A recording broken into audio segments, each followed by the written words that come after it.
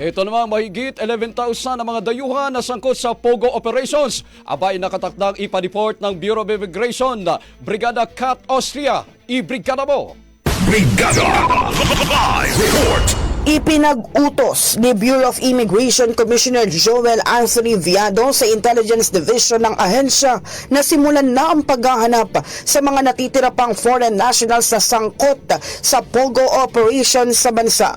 Ayon kay Viado, nasa 11,254 foreign nationals ang target pa nilang ipa-deport mula anya sa 33,863 employees ng Pogo sa ilalim ng PAGCOR. 24,779 sa kanila ang nag-downgrade ng kanilang visa at kabuang 22,609 foreign nationals ang umalis ng bansa bago ang deadline noong December 31.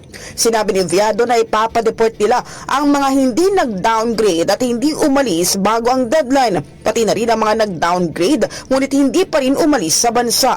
Obligado rin anya ang mga kumpanya na isurrender ang kanilang mga Pogo workers na nananatili pa rin sa Pilipinas. Kung susubukan nilang itago ang mga manggagawa, maaari silang kasuhan ng BI dahil sa pagtatago ng mga illegal aliens. Malinaw anya ang utos ng Pangulo na wala nang dapat na Pogo sa Pilipinas.